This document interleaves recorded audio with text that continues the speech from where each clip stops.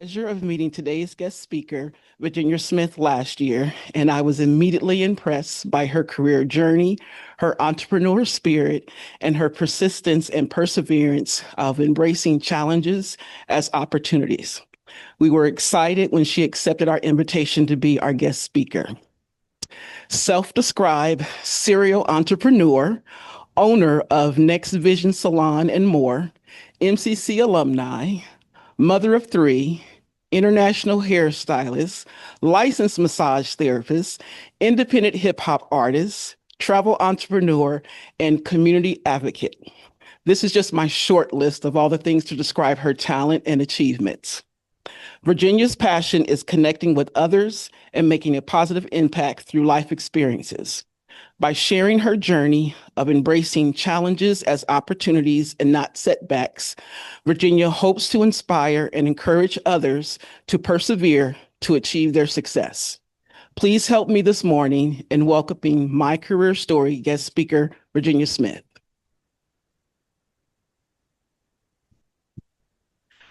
Thank you so much.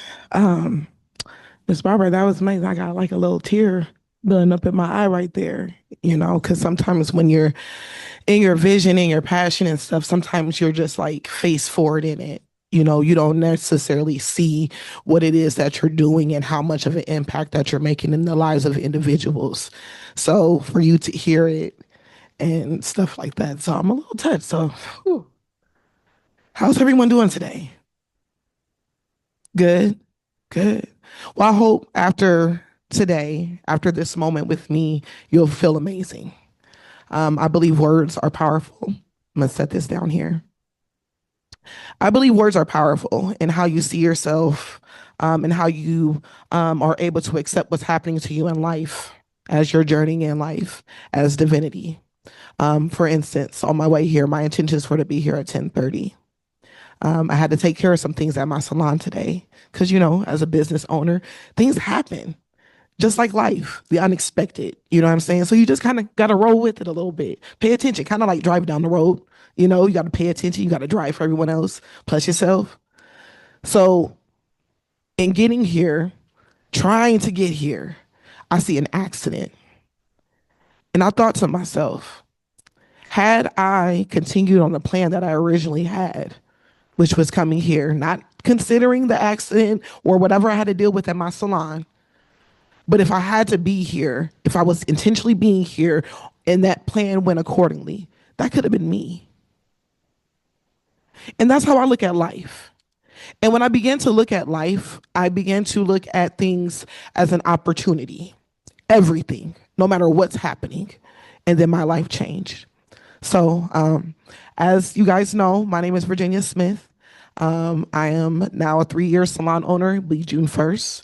Next Vision Salon and More, Nebraska's first curl focused salon, opened. I am an independent hip hop artist. I travel here and there performing my music. I am a mother of three. Pursuing all those things as a mother because I graduated from high school as a mother. So, just with all of that, I've acquired a lifetime of knowledge and wisdom through my experiences and learned to find that there was purpose in your pain. So I'm going to start a little bit about a background story of me. I was born and raised here in Omaha, Nebraska. I grew up right behind that adoption agency off of Fontenelle Boulevard. And I remember just my mom being a single mother. I remember the powdered milk. I used to love the powdered milk, especially when it was warm. You know what I'm saying? I remember the big blocks of cheese. I remember the cans of peanut butter. I even remember the milkman. You know what I'm saying? But I remember it just being her, me, and my brother. I also remember that was the first time that the juvenile justice system was introduced to me. My brother set the carpet on fire, and then he was removed from the home and he was put into Child Saving Institute. And I didn't really realize that that experience, even though I thought about it, I remember being a young girl, like, dang, my brother, that was like, we were like Ren and Stimpy. If anybody knows who Ren and Stimpy is, you know what I mean? Um, that was my bro. And he was gone. And I didn't realize how that seed, because everything in life is a seed. Everything in life that happens to you is food. You know what I'm saying? It's not just what you consume. It is what you consume, what you see, what you experience, what you hear, all those things. So I didn't realize that that seed that was being planted was going to impact me as a mother. I didn't realize that that was going to be a chain that I was going to have to break. But I remember it was embedded in me. So my brother was gone for a few weeks, and that wasn't his first rodeo because he ended up setting the neighbor's shed on fire. It's like, damn it, Kenny. Gosh, that's my brother's name. It's like, Kenny, you bastard, literally. Anybody know South Park?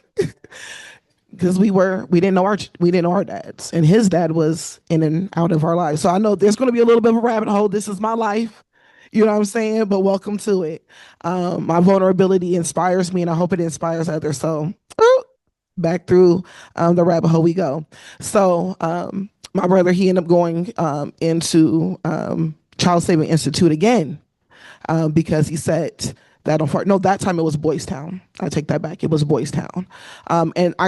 Needless to say, I didn't realize how those seeds were going to impact his life, because his life impacts my life, which impacts his children's life, which impacts my children's life, and everybody that's involved, everyone that we're connected to, even the trigger moments when I'm out. Hey, how's your brother? Just keep praying for him, because currently my brother is in jail. He's been in and out of jail since he was younger, and it started with setting the carpet on fire. My mother was a single mother. And I don't remember her working. I remember us having food stamps. I remember her saying, we're poor. I didn't realize how those words, those seeds were going to impact me throughout my life. We're poor.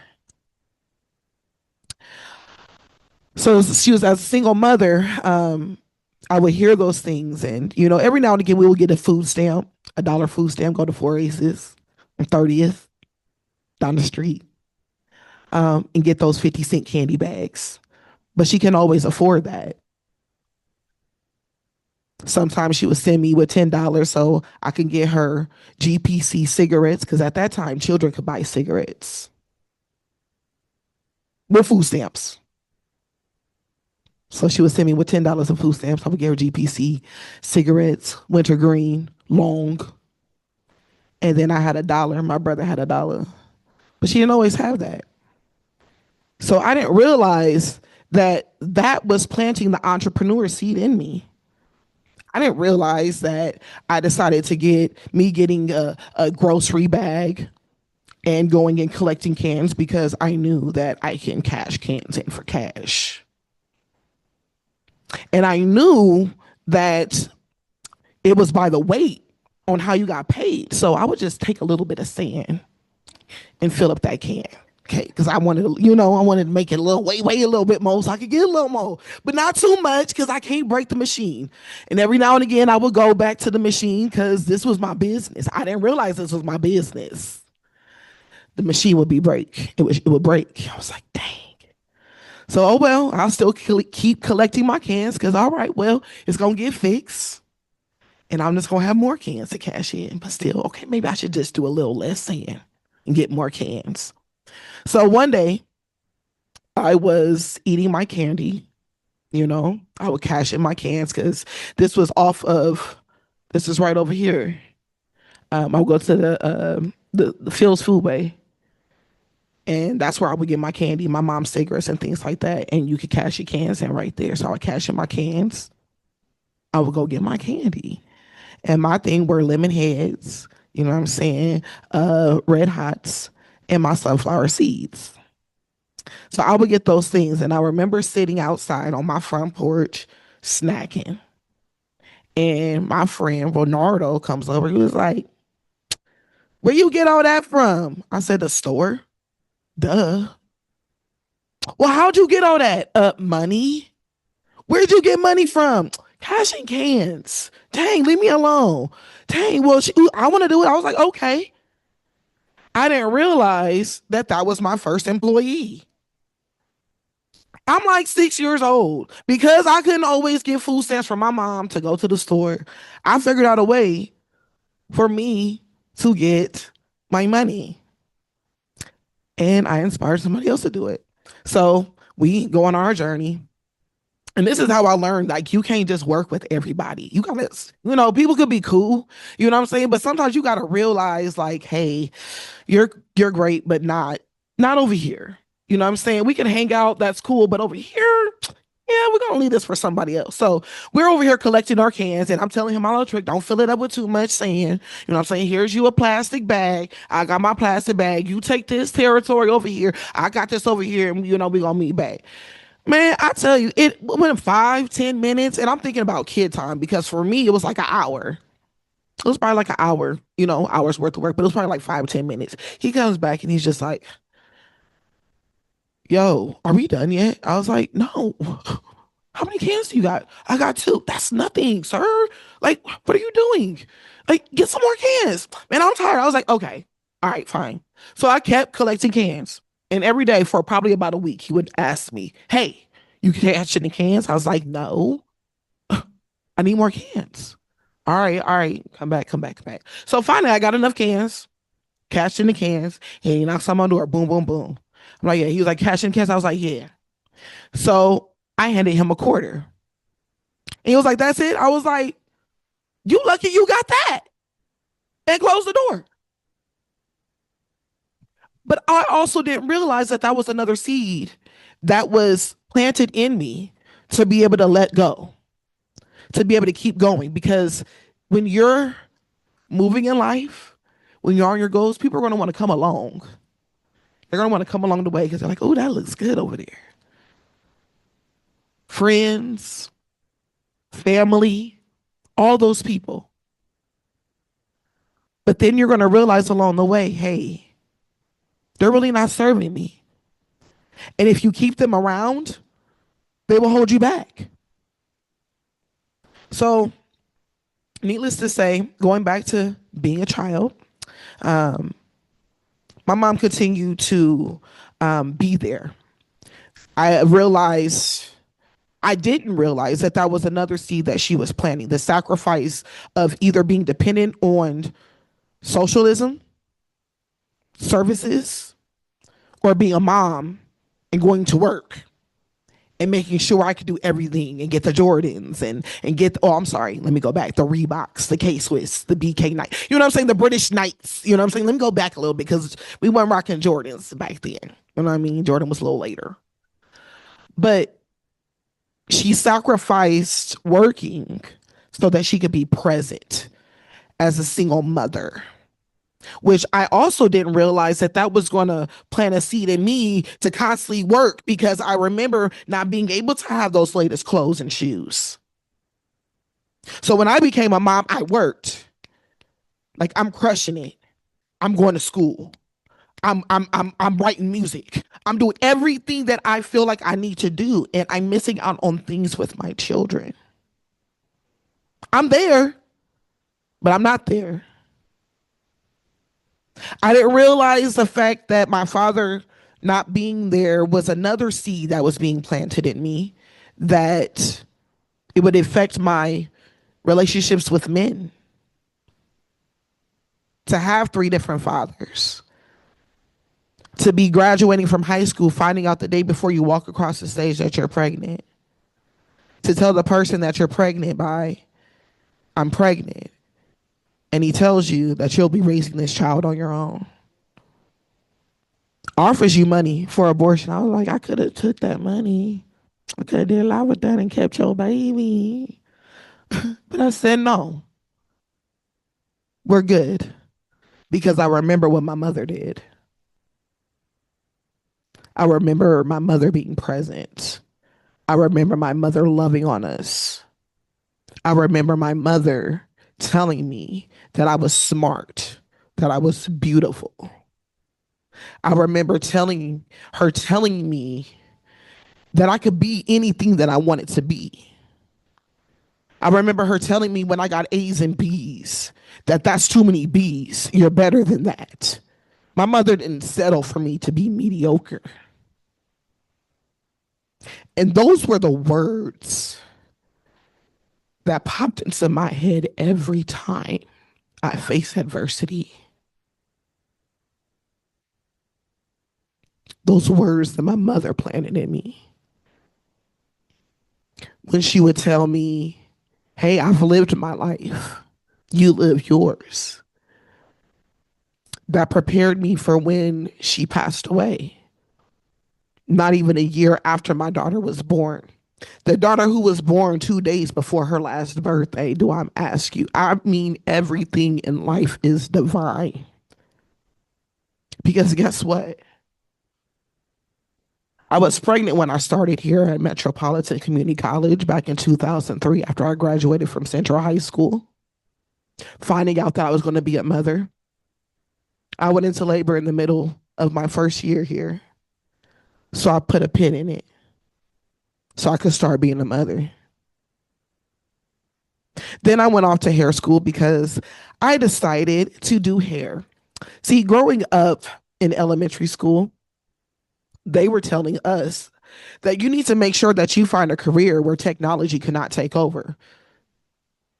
We didn't have cell phones back there. Well, I mean, there were cell phones, but they were like in convertible cars, like the big old cell phones that you gotta hold up to here. You know what I'm saying? That's the walkie-talkie cell phones. That's what was happening back then. But I remember being told, find a career where technology couldn't take over. And I took the comb from my mom when I was about like 5, 6 years old. I didn't like having the roller sets and the big, you know what I'm saying? The big, you know what hairstyle I'm talking about. I'm being mindful of my words now. But I was like, I want some balls. I want some barrettes. So I took the comb. I was like, you know what? I'm just gonna do my hair and say, hey, see, mom. She was like, oh, okay. I ain't gotta do your.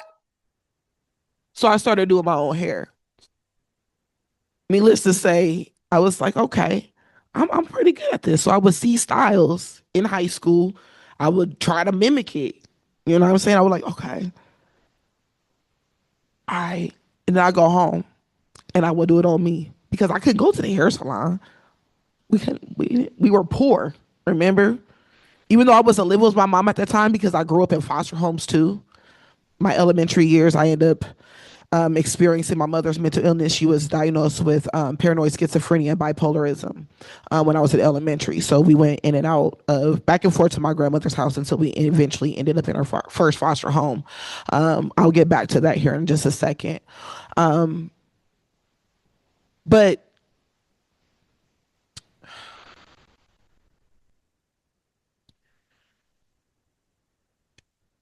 I took it upon myself to see the gift in me and pursue a career that I would love because I love doing hair. I loved being able to recreate these styles. I love the gratification of people being amazed. Oh, you didn't do that. Yes, I did.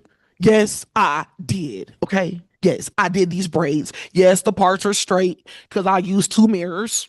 Okay. Or the trifold where you like, you got both hands free. I did it. Did my own chemical relaxers until I broke free from that. So I got into hair. I went to hair school. Um, my son was just a baby. I was with who is now my daughter's father. We didn't have a child together because what the first baby daddy said. So I got with my daughter's dad, and we were living together, and things happened with that. Car breaks down. Now I'm going to school in Council Bluffs, EQ School of Hair Design. How am I going to get back and forth to school? So I had to put a pin in it. Had to put a pin in it here at Metro. Got a mom, got my baby, you know what I'm saying? Had to put a pin in it in cosmetology school. So eventually I ended up going back to cosmetology school, graduating, but now I'm pregnant with Zakia. So I find out a day before I graduate from high school that I'm pregnant. I'm gonna be raising the baby by myself. I didn't think that this is how my life was gonna be started. Okay, let me go to school. Oh dang. I just had my baby. I can't go to school right now. So I gotta put a pin in it. Okay, let's do hair. Let me find my career working at Pettit's Pastry on 16th Street.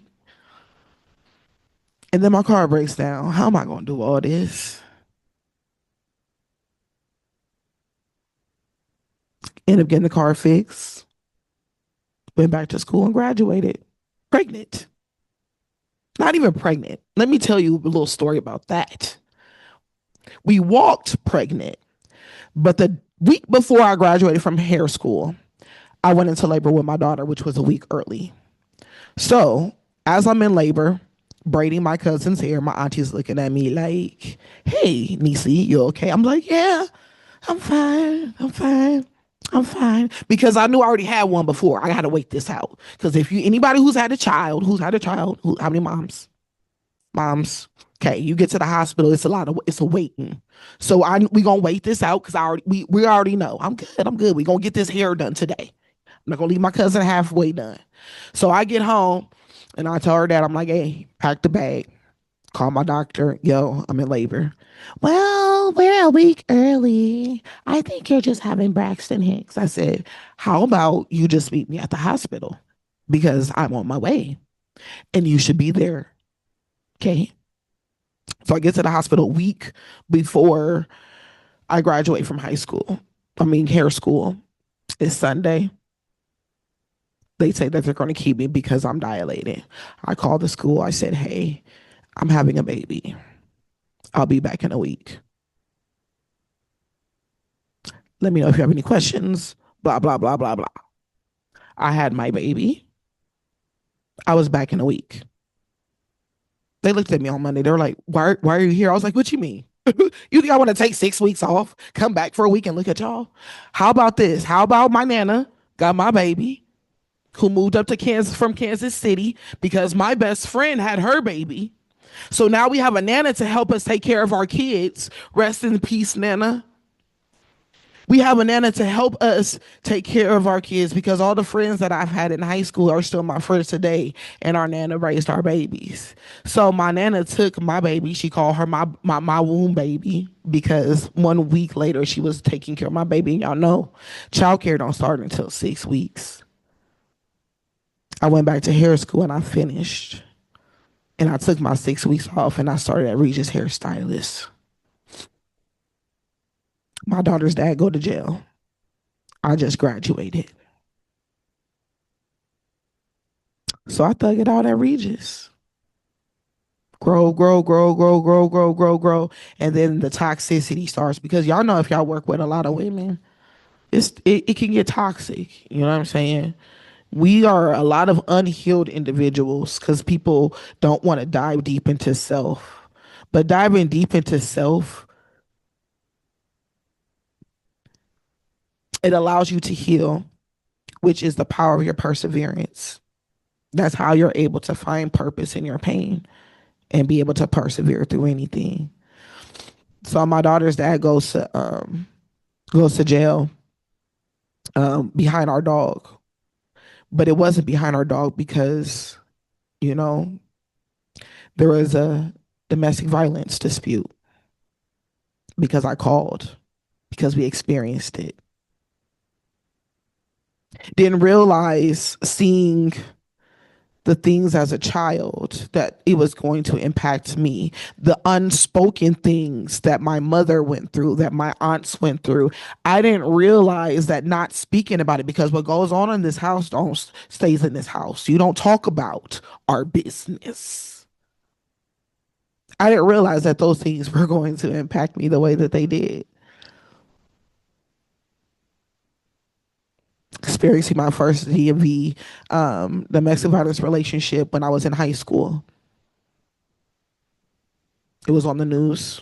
It was in the school newspaper. And I had to keep going.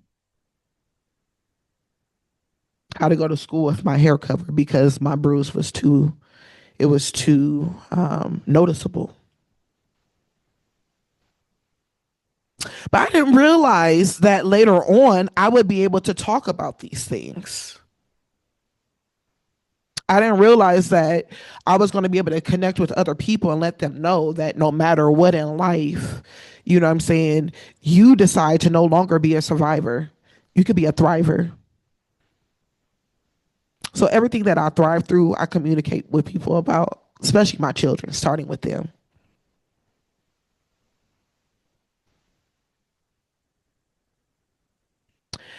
The unhealthy relationships that you experience, you can now communicate that with your children. Even though you're not able to example it, you can example it in ways that they can't expect because you've experienced it. I'm working at Regis Hairstylist. My daughter's father goes to jail for that. He's probably in jail for like a month and a half. And mind you, I have a newborn baby. I have a 2-year-old son. So just keep going to work. Keep going to work. All right. Now it's time for me to get my Nebraska license because I got my license in Iowa. Now, mind you, with that, that was when we did not have reciprocity. So I had to drive to Des Moines, Iowa to take my test in a 1988 Chevy Caprice with no AC. Okay. On the hottest day in the summer with no headliner. Do you know how much brown stuff I had on me by the time I got home? But I passed my test with flying colors. I had enough gas to get there.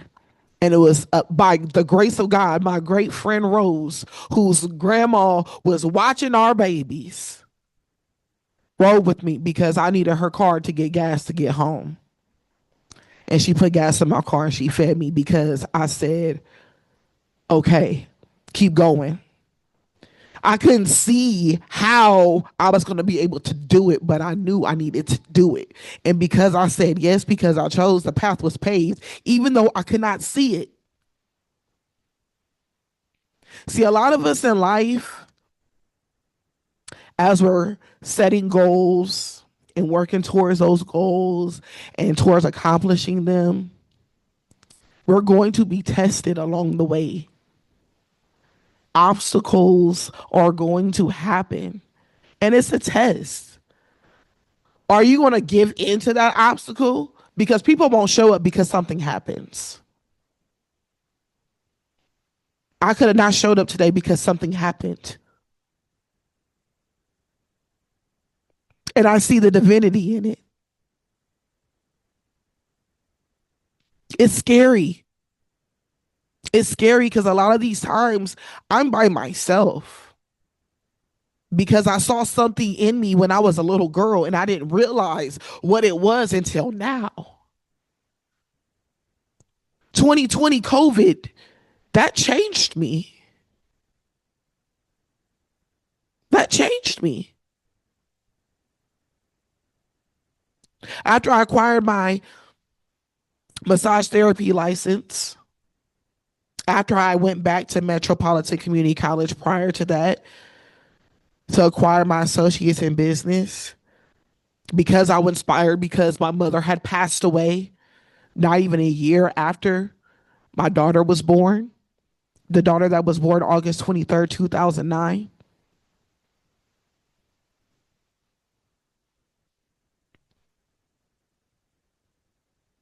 I was intoxic again. 3 children, 3 different children's fathers, working as a stylist because now I have my Nebraska license. I've been the first at this salon, which is Beauty Brands. I was working at Beauty Brands on 72nd and Dodge. I was working there. First ever to advance to senior stylist. Because everyone in there that was at senior stylist or master stylist, they started there. I worked my way up from staff stylist. Pregnant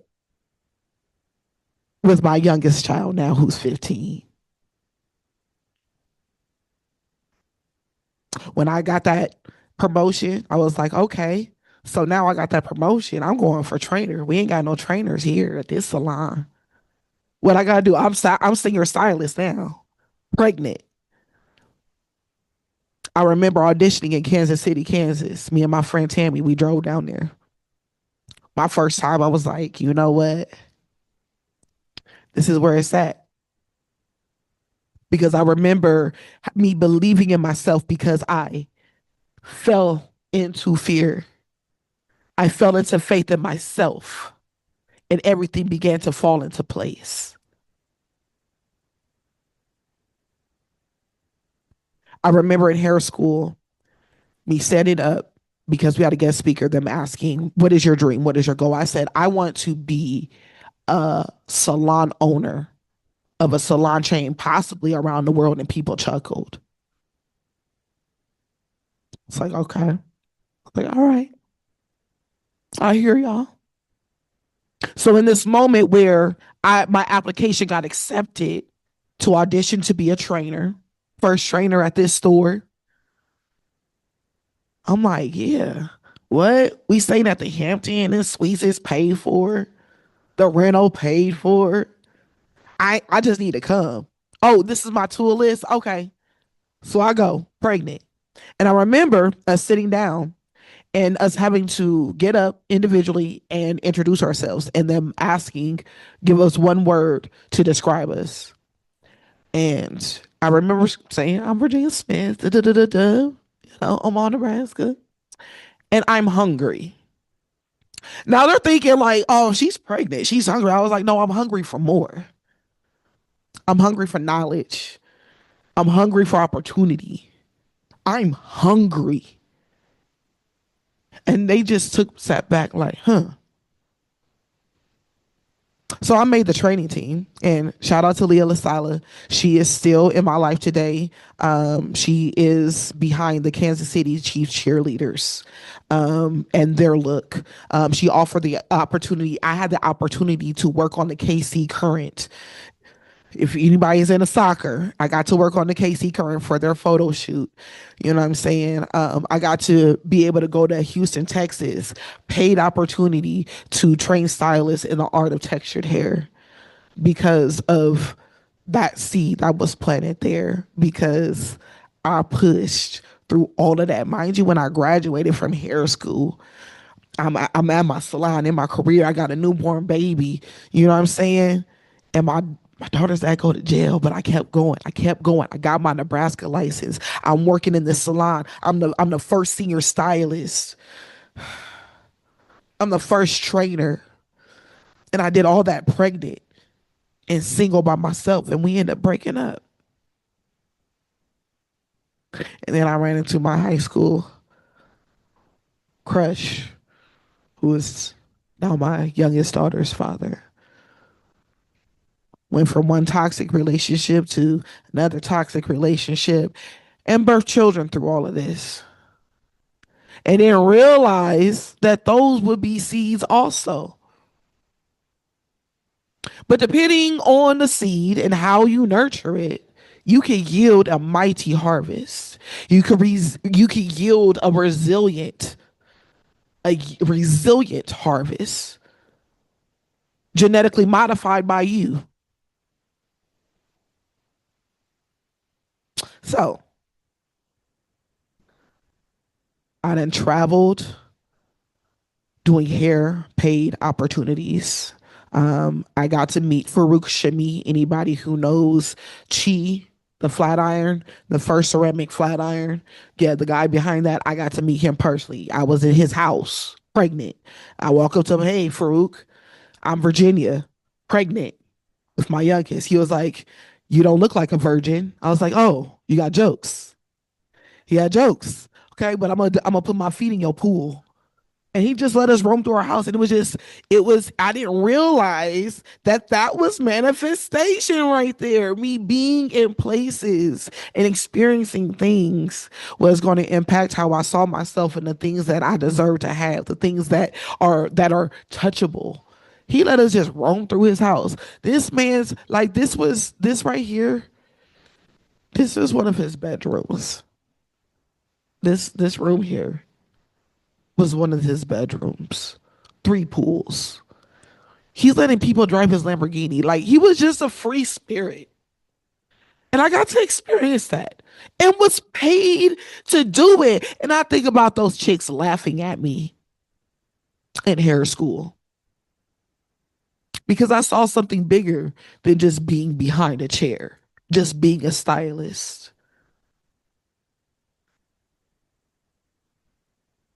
I had my daughter, and it was so funny because I remember waking up that morning, being in labor, and my daughter's dad, we needed money. He was like, I got called into work. I'm in labor this morning. I said, go ahead and go to work. Because I know when you have children, if I go into the hospital, I'm just going to be sitting here waiting anyway. So I might as well just be home, do this. All right, go to work. So he goes to work. I know what time he gets off. Okay, it's about like 30, 45 minutes. You still not here. You still not here. Now, mind you, his phone went on. So I called his uncle. Like, yo, is your nephew with you? Yeah, he right here. Tell him I'm in labor. So he hurries up and come home. He's on like 15 minutes away. Not even 15 minutes, like 5 minutes away. So he gets there. He irritates me the whole time. I leave him at the emergency exit. So he had to walk all the way through the hospital to get to me. Because I was irritated. I was like, I'm about to have this baby. You don't really need to be here. I was kind of like tapped out of the relationship anyway.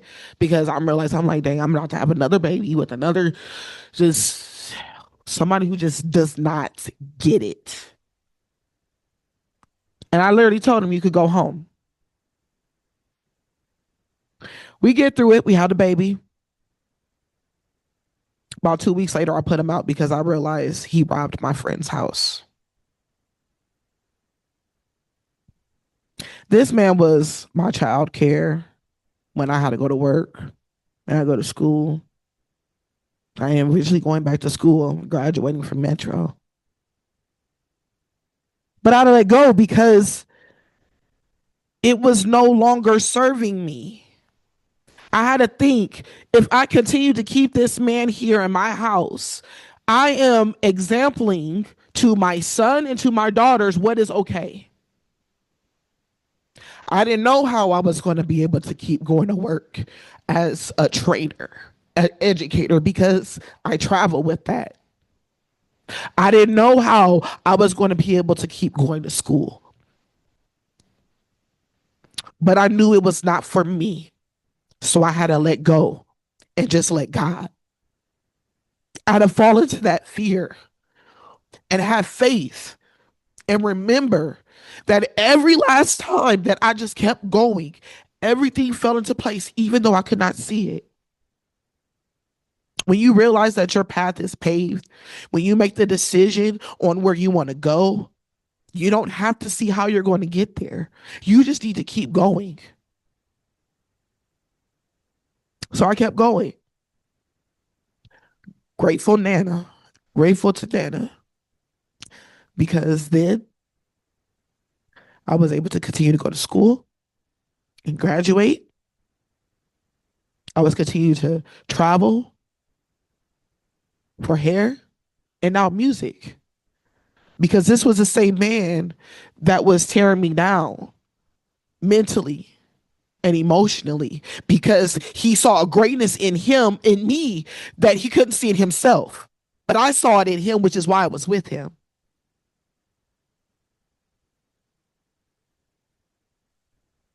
I had a couple more toxic relationships after that, but in those, I realized every time I decided to let go, there were lessons that I acquired. I was learning what I wanted for me as a woman. I was learning what I could talk to my son about when it comes to his relationships with women, as well as my daughters. Even though I was not able to example a healthy relationship, I was able to example the unhealthy byproductness of it. And that's how we learn. See, we could go to any college we want to. We could go to any universe we want to. But the real universe is you. The YOU. universe. You know what I'm saying? That's your university. Because even when you gonna learn here or anywhere you go, you still got to get thrown into life and apply everything that you're learning.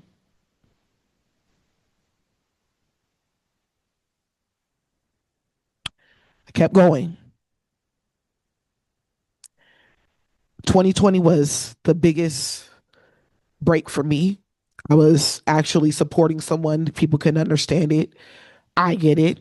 It's not for anybody else to get. But in the midst of that, I was able to start my salon. First, buy my house, then open my salon. And now we're celebrating 3 years, June 1st. Not everybody that start, not everyone that started with me finished with me, but they were valuable for my journey. Through that, I still have traveled for music, performing from Miami to Vegas to, working with a Grammy Award winning producer right now. People don't even know about that. That's something that you keep quiet because sometimes, people are trying to pray against you. Can't tell everybody what you're doing. You got naysayers that are going to take away from your dreams. They're energy thieves. Boss moves made in silence. And then you pop out. Shut up. But it takes falling into fear. Best thing you could do is ask everybody around you what you should do. As many people, they tell you, no, don't do it. Do it. Because they can't see it. It's not for them to see. They say don't reinvent the wheel. Why not? It's your will. Pun intended. It's your will to keep going. It's your will that's going to steer you and drive you to where you need to go. It's your vision. It's your lane. And if you switch it, that's for you. Falling into faith, remembering who you are. You can be anything that you want to be. Go to your inner child. Talk to them. Heal them. The creative sense, because we can create here. Put in the work and keep going, and guess what? Bring it to life. I am starting the seed that I planted back in hair school to be a nationally known, internationally known hairstylist. I just got back from New York Fashion Week doing hair. I just did African Fashion Week for the second time. I've done Omaha Fashion Week 3 times. I just did Paris Fashion Week. I'm getting ready to do Milan. My goal is to do London and Japan, and then continue to do my own fashion shows because I do my own fashion shows here. As an independent hip hop artist, being in a male dominated industry, they do not want you to win. People that I've seen on the micro, I've supported, going to the independent hip hop shows, supporting them, and then popping out and doing my own, not even getting that congratulations when they're looking at me and you know me. So I started going to bartenders. I started going to the where's your manager, who's the owner, talking to them, buying a drink and having a conversation. What does it take for me to do my own show? You could Google Miss VA. It's right there. You could go to my website. It's there. And even now, I ask to link arms. I ask for the community. But I have to realize I have to stop asking and keep going, keep showing. And those that are going to be for my path, they're going to naturally come to me because I'm a magnet for it. 2020 was a switch. When they said I couldn't do it, when they talked about the adversities, I said, so what? When it came to buying my house, I said, so what? I was pre-approved. 6 days after I was pre-approved, I was in contract. Less than a year later, I was opening up my salon with not one red sit down. I opened and was working and I paid rent later. And they said, pick out your colors. What do you want here? No. That's outside of the budget. I said, okay. Still travel to do music. And here I am. So I don't even know where I'm at on time. Oh, woo! Look at that. Y'all got a Q&A. We got 5 minutes. So I'm going to stop talking. Y'all got the information there. I talk back. Anybody got any questions?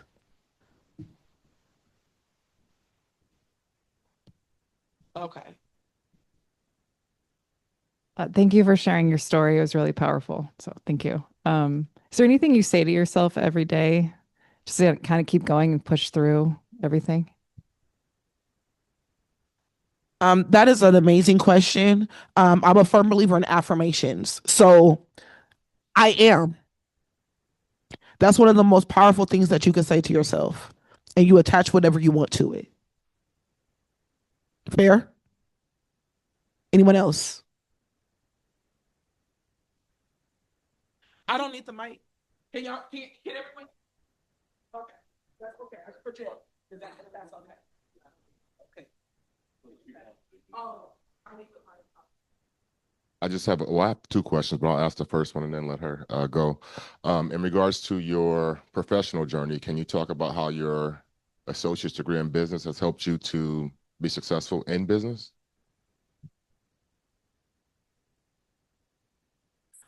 So my associate's degree in business allowed me to be able to figure out the steps that it was going to take to start the business, and even just think about things like as far as placement of your property, parking, accessibility, the things that like the financial statements, just the whole structure, all the different things that will optimize my end results as a business owner. And also thinking about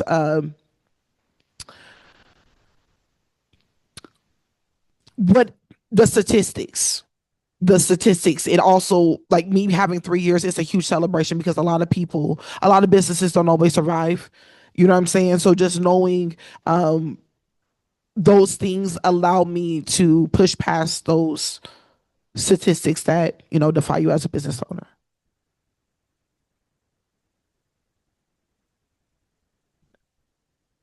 Phenomenal story. Just a quick question. What would you tell your younger self, like a 14-year-old you?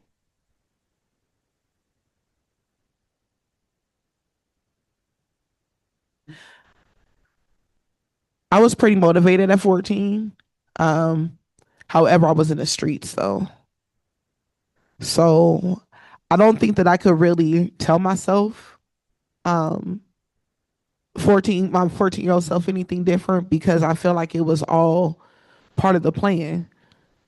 You know what I'm saying? It was all part of what I needed to be the person that I am.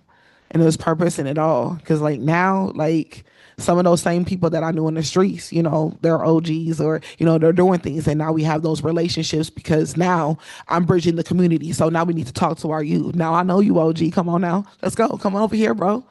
So I believe it's all purpose. It's part of your purpose.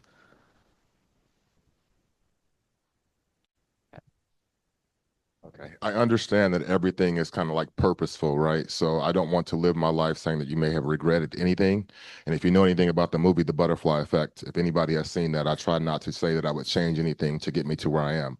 But is there anything about your journey that you would change looking back? And why? Reflecting on my journey, like I was saying to you, I believe everything is purposeful. Had I not um gone through those experiences, made those mistakes, I wouldn't be able to speak to them from an authentic space. I wouldn't be able to connect with the people that I'm able to connect with. I wouldn't be able to pull those stories or those situations out because people, when you got a story to tell, people, they connect with you. You know what I'm saying? So, me getting to that space, it allows me to tap into a whole nother energy and frequency to where I acquire more of what I want because I've given myself grace and I've accepted what is. You're welcome. Any other questions? Okay.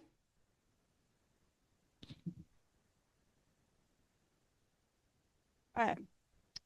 So over 2 years ago, I had open heart surgery, and I had obviously I've had my journey. So what is your best advice for like kids who've gone through a hard time and it's still struggling with the pain of what they've gone through? Oh, what is your name? Yeah. Miss Lydia. Okay, so congratulations first and foremost on your recovery and your healing journey and your vulnerability to speak about that. You're welcome. Thank you for receiving. So two things I want to speak to: the fact that she asked me about healing from things that happened when she was. Can you walk with me, Miss Lydia? We gonna walk a little bit. We gonna walk a little bit. Just like they want you in the camera. Okay. So we in the camera. Okay.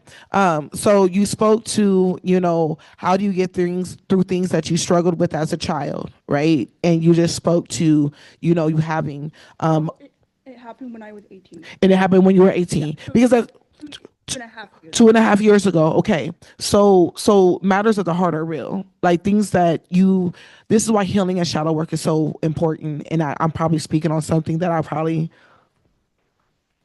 shouldn't, but oh well, here we are. No, but like this is where you let go and trust your process. Your body is miraculous. And when you say I am healed, when you believe that your body is vessel, can do things that even defies what the doctors say, your recovery can be really profound.